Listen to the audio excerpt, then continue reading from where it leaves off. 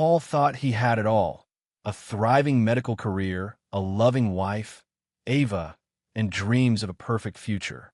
But when Ava's late-night outings and cold distance unravel their marriage, Paul's gut screams betrayal. Armed with evidence and a broken heart, he faces a choice: fight for love or seek justice. Will he expose her secrets or walk away? Paul stepped out of Miami hospital, the late afternoon sun glaring off the glass facade. His white coat hung heavy with the weight of a 12-hour shift, but his heart buzzed with pride. At 32, he just cleared the last of his med school debt, a six-figure albatross he'd carried for years. Every extra shift, every missed weekend had led to this moment. He texted Ava, his wife of 2 years, "Debt's gone. We're free." Her reply came fast: "Celebrate tonight?" Paul grinned, already picturing their favorite spot on South Beach. At home, Ava greeted him with a quick kiss, her energy filling the small apartment.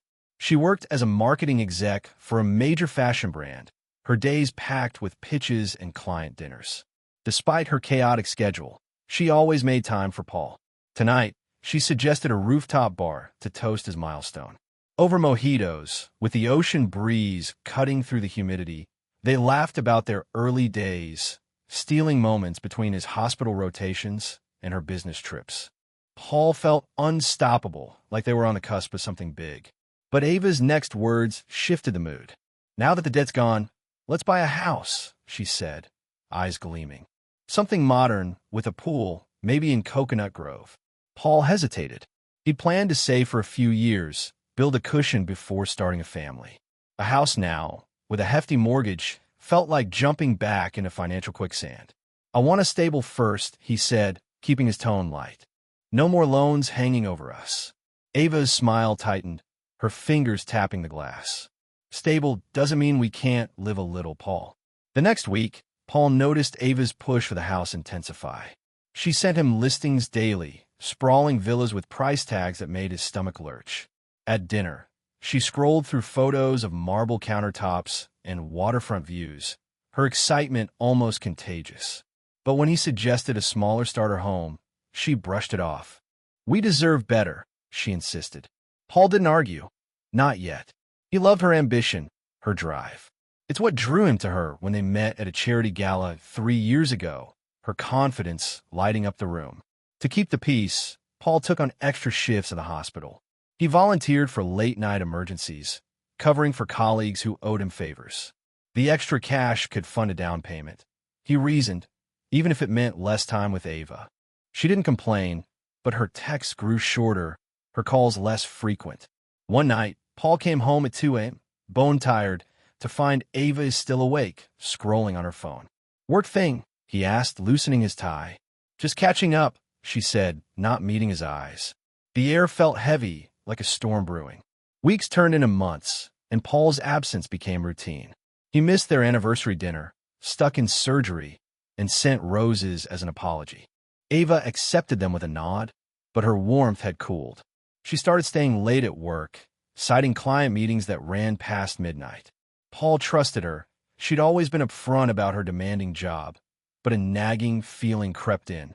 Her stories didn't always add up. A traffic jam on a clear Sunday night. A team happy hour with no photos. He pushed the doubts down, blaming his exhaustion. One evening, Paul overheard Ava on the phone, her voice low and sharp. "I can't talk now," she said, then hung up as he entered the room. "Who was that?" he asked, keeping his tone casual. "Just a colleague," she replied too quickly. Her eyes darted to her phone, and she tucked it into her pocket. "Paul's gut twisted." He wasn't paranoid by nature, but something felt off. That night, he lay awake, staring at the ceiling, replaying her words. The woman he'd vowed to build a life with was slipping away, and he couldn't pinpoint why. By the 6-month mark of his extra shifts, Paul had saved enough for a modest down payment. He presented the numbers to Ava, hoping to bridge the gap between them. "We could get a place, something practical," he said, spreading out budget sheets on the kitchen table. Ava barely glanced at them. "Practical isn't the dream," she snapped. "I want a home we're proud of, not some compromise." Her words stung, but what hurt more was her distance. She left for another work event that night, her heels clicking as she walked out without a goodbye. Paul sat alone, the hum of the city filtering through the window. He opened his laptop and searched for private investigators in Miami. His finger hovered over the call button. Trust was the foundation of their marriage, but doubt was eating it away. He needed answers, not guesses. As he dialed, a mix of dread and resolve settled in. Whatever came next, he'd face it head-on. Paul's phone buzzed with a text from the private investigator, Elena, at 7 a.m., sharp. Meet me at the diner on 8th Street, 9 a.m. He'd hired her a week ago, swallowing the steep cost to uncover what Ava was hiding. As he drove through Miami's morning traffic, his pulse raced. Elena, a sharp-eyed woman with a no-nonsense vibe, slid a folder across the table. Preliminary findings, she said. Ava's been meeting someone at a downtown hotel. Same time, twice a week. Paul's stomach dropped, but he nodded, urging her to dig deeper. Back at the hospital, Paul struggled to focus. Between suturing a patient and reviewing charts, flashes of Ava's late-night excuses haunted him. He'd chalked it up to her demanding job, but now each vague client dinner felt like a lie. That evening, he tested the waters, asking Ava about her day over takeout. Busy, she said, scrolling her phone. Big campaign launched soon. Her tone was clipped, her eyes avoiding his. Paul's jaw tightened, but he didn't push. He needed hard proof, not a fight. Elena's next report came 3 days later. Paul met her in a quiet park, away from prying eyes. She handed him photos. Ava entering a sleek hotel with a man in a tailored suit, their hands brushing as they stepped into the elevator. That's Victor Morales, city councilman, Elena said. Married, high profile, big ego. Paul stared at the images, his chest constricting. The man's face was familiar from local news, always smiling, shaking hands, promising progress. Paul's hand shook as he tucked the photos away. At home, Ava's absence was glaring. She left early, returned late, and dodged conversation. Paul tracked her patterns, work drinks on Wednesdays, team meetings on Fridays, always past 10 p.m. He cross-checked her stories with Elena's updates. One night, Ava claimed she was stuck in a strategy session, but Elena's text pinged. She's at the hotel. With him, Paul gripped his phone, fighting the urge to confront her. He needed more than photos to unravel this. Elena suggested a risky move. Intercept Ava's texts. Paul hesitated. Crossing that line felt like a betrayal of his own values, but the weight of her secrecy crushed his doubts. He gave the green light. 2 days later, Elena delivered a transcript. Ava's messages to Victor were casual but intimate. Missed you last night. Same spot tomorrow. Victor's replies were cocky. You know I'm worth it. Paul's blood boiled, but he stayed calm, plotting his next step. To keep up appearances, Paul doubled down at work. He mentored a new resident, taught a community health class, and even organized a free clinic event. Colleagues praised his dedication, unaware of the storm inside him. Meanwhile, Ava's behavior grew bolder. She stopped hiding her late exits, tossing out excuses like networking or a last-minute pitch. One Saturday, she left for a brunch with the team, but forgot her phone. Paul saw a notification from Victor. Meet me at the usual. He didn't touch the phone, but the words burned into him. Paul met Elena again, this time at a coffee shop near the hospital. She handed him a USB drive with audio, snippets of Ava and Victor's conversations, recorded legally in public spaces. Their laughter, their plans for next time, twisted the knife deeper. She's not just cheating, Elena warned. Victor's got influence. If you confront her, she might spin it against you. Paul nodded, his mind racing. He wasn't ready to face Ava, but he couldn't keep living in this limbo. That night, Paul tried one last time to reach her. He cooked dinner, her favorite shrimp ceviche, and waited. Ava walked in at 11 p.m., claiming a client emergency. Paul asked about her day, his voice steady despite the rage simmering inside. Just work, she said, grabbing a water bottle and heading to bed. Her dismissal was a slap, but Paul held back. He had evidence now, enough to shift the power dynamic. The question was when to use it. By the end of the month, Paul's savings for the house hit a new milestone, but the victory felt hollow. Ava's dream home was a mirage, a distraction from her double life. He met Elena one final time, collecting a detailed report, dates, times, locations, even receipts tying Ava to Victor's hotel stays. "You've got enough to bury her," Elena said. Paul thanked her, his resolve hardening. He wouldn't let anger drive him. He'd confront Ava, but on his terms, with a plan to protect himself and his future.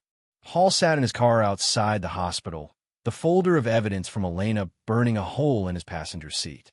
The photos, audio clips, and receipts painted a clear picture. Ava's affair with Victor Morales, the councilman, wasn't a fling. It was a calculated double life. His shift ended early, giving him time to think. Confronting Ava now, with his emotions raw, risked a blowout.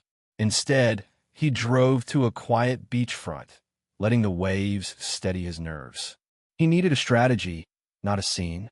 At home, Ava was already gone, her keys missing from the counter. Paul checked his phone. Elena's latest update confirmed Ava was at the hotel again. His patience snapped. He texted Ava, "We need to talk. Tonight." Her reply came hours later. "Late meeting. Tomorrow?" Paul didn't respond. Tomorrow was too late. He spent the evening organizing the evidence, printing key photos, and saving digital copies to a secure drive. If this went south, he'd be ready. The next morning, Paul called in sick, a first in years. He met with a divorce lawyer, Maria, whose office overlooked Miami skyline. Maria scanned the evidence, her expression grim. "This is airtight," she said, "but Victor's connected. If Ava fights dirty, it could get messy." Paul nodded, his jaw set. "I want a clean break. No drama, just out." Maria drafted initial papers, advising him to hold off serving them until he'd confronted Ava. "Get her reaction first," she said. "It'll tell you how hard she'll fight." That evening, Paul waited at home, the evidence hidden in a locked drawer. Ava walked in at 10 p.m., her phone buzzing as she kicked off her shoes. "You're home early," she said, surprised but not warm. Paul didn't waste time. "Sit down," he said, his voice calm but firm. "We're talking now." Ava frowned, crossing her arms. "What's this about?" Paul pulled out a single photo.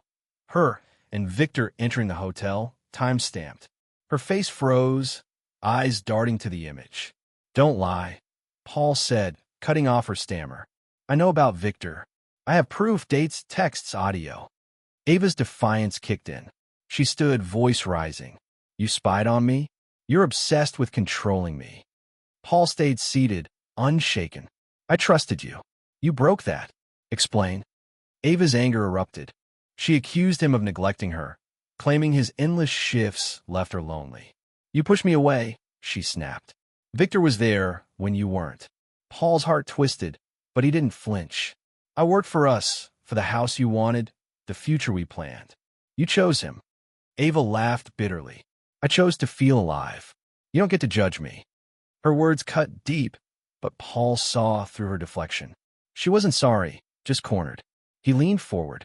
"This ends now. Sign the divorce papers, or this evidence goes public. Victor's career won't survive it. Neither will your reputation." Ava's bravado cracked. She paced, muttering about unfairness, but didn't deny the affair. "You wouldn't dare," she said, testing him. Paul held her gaze. "Try me." The standoff lasted seconds, but it felt like hours. Ava grabbed her purse and stormed out, slamming the door. Paul exhaled, his hands trembling. He'd drawn a line, and she crossed it. There was no going back. The next day, Paul moved out, renting a small apartment near the hospital. He packed essentials, clothes, documents, his medical books, leaving behind the life he'd built with Ava. At work, he threw himself into routine, treating patients with a focus that hid his turmoil. Colleagues noticed his quieter demeanor, but didn't pry. Elena called with an update. Ava had met Victor again, unaware her secret was out. Paul instructed Maria to serve the papers at Ava's office, a public move to force her hand. When the papers arrived, Ava called, her voice venomous.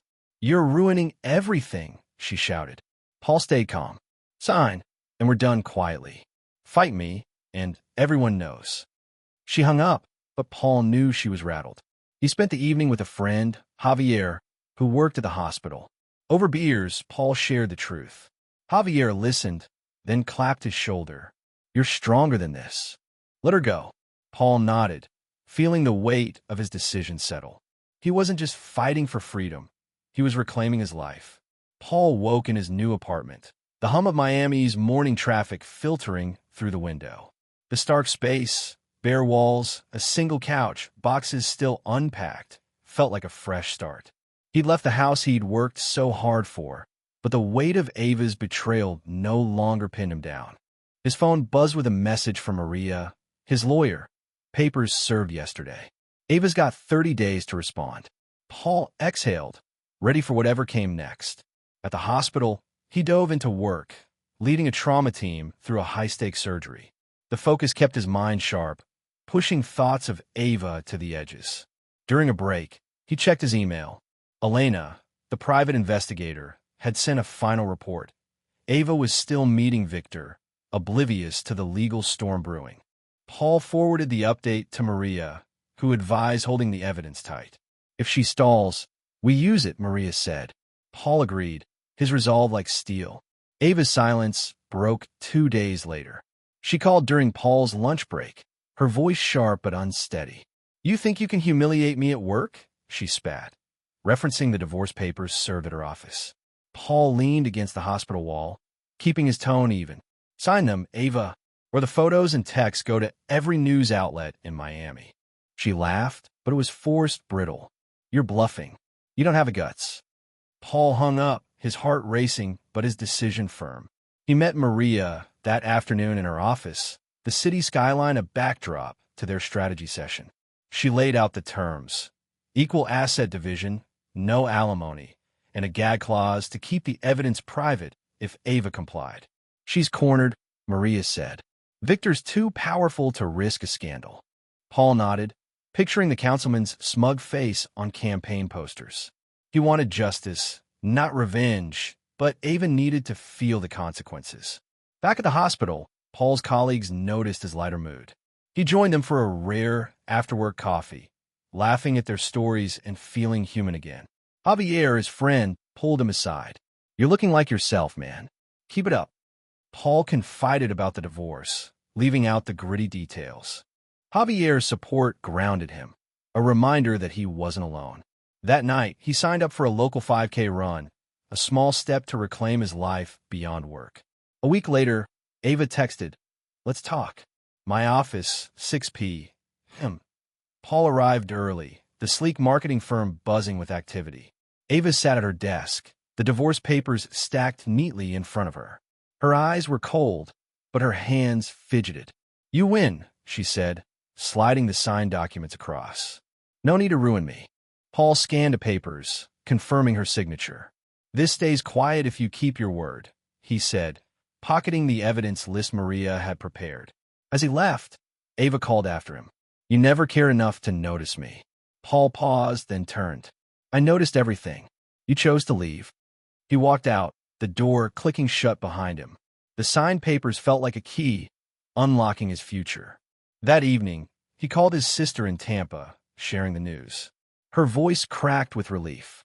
"You're free now, Paul. Build something new." Her words sparked a quiet hope he hadn't felt in months. Paul threw himself into his routine, mentoring residents and expanding the hospital's free clinic program. He moved the last of his boxes into the apartment, setting up a small desk for late-night reading. Social media buzzed with rumors about Victor, a leaked photo, a cryptic post about City Hall secrets. Paul ignored it, focusing on his patients. But Elena's final call confirmed the whispers. A journalist was sniffing around Victor's affairs, and Ava's name was in the mix. At the 5K run, Paul crossed the finish line, sweat-soaked and grinning. Friends from the hospital cheered, and for the first time in years, he felt unburdened. Back home, he checked his email. Maria had filed the divorce papers with the court, locking in the terms. Ava hadn't contested. Paul poured a glass of water, staring out at the city lights. The life he'd planned with Ava was gone, but a new one was taking shape, one he'd build on his own terms. Paul jogged along Miami's boardwalk, the morning sun glinting off the ocean. 6 months had passed since Ava signed the divorce papers, and the final court approval had come through yesterday. He was officially free. His phone buzzed with a news alert. Miami Councilman Victor Morales embroiled in scandal. Paul slowed his pace, clicking the link. A local journalist had exposed Victor's affairs, complete with photos and timelines. Ava's name appeared in the article, tied to hotel receipts and late-night meetings. Paul felt no satisfaction, only closure. At the hospital, he led a training session for new doctors, his confidence steady. A young resident thanked him for his mentorship, citing his calm under pressure. Paul smiled, deflecting the praise, but it landed deeply. He'd rebuilt his purpose, patient by patient. During lunch, Javier slid into the seat across from him. "Saw the news," he said. "You okay?" Paul nodded. "It's over. I'm moving forward." Javier raised his coffee cup in a toast, and Paul mirrored him, grateful for the support. That afternoon, Paul volunteered at a community health fair, checking blood pressure for locals. A woman his age, a single mother, shared her story of starting over after a bad marriage. Her resilience struck a chord. Paul listened, offering advice on stress management, and felt a spark of connection. Not romantic, but human. He realized he was no longer defined by Ava's betrayal. His life was his own again. Back at his apartment, Paul opened his laptop to emails from colleagues inviting him to a medical conference in Orlando. He accepted, eager to network and grow. A second email caught his eye, a thank you from the clinic's director for doubling their free patient intake. Paul's work was making a difference, and the recognition fueled him. He replied, proposing a new outreach program for underserved neighborhoods, his mind buzzing with ideas. Social media lit up with the scandal's fallout. Victor resigned from the council, citing personal reasons, while Ava's marketing firm quietly reassigned her to a lower-profile role. Paul didn't follow the chatter closely, but snippets reached him through friends. Ava had continued seeing Victor even after the divorce, a choice that now cost her credibility. Paul felt no urge to gloat. Her consequences were her own, just as his healing was his. That evening, he met his sister, Clara, for dinner at a Cuban restaurant. She'd driven from Tampa to celebrate his divorce's finalization. Over ropa vieja, Clara raised a glass. "To new beginnings," she said. Paul clinked her glass, sharing his plans, a solo trip to the Keys, a new savings goal for a house of his own. Clara beamed. "You're back, Paul. The real you." Her words settled in, a quiet validation of his strength. The next day, Paul spoke at a hospital fundraiser, sharing his journey to inspire donors. He kept it vague, no names, no scandal, but emphasized trusting instincts and valuing self-worth. The crowd applauded, and a nurse approached afterward, saying his words resonated. She'd left a toxic relationship recently and felt empowered. Paul nodded, humbled. His pain had purpose now, a guide for others. At home, he scrolled through a local news site. The article on Victor included an interview with a journalist, who credited an anonymous tip for breaking the story. Paul suspected Elena's handiwork, but didn't ask. He'd paid her to uncover truth, not to leak it. The exposure wasn't his doing, but it closed the circle. Ava and Victor faced their reckoning, while Paul walked away clean. He ended the week at the beach, watching kids play in the surf. A year ago, he'd been trapped in a marriage crumbling under lies. Now he stood lighter, debt-free, and focused. He texted Javier about starting a weekly basketball game with the hospital crew, craving connection beyond work. As the sun set, Paul wrote a journal entry. "If your gut says something's wrong, listen. Don't wait for proof to save yourself." He closed the notebook, ready for whatever came next.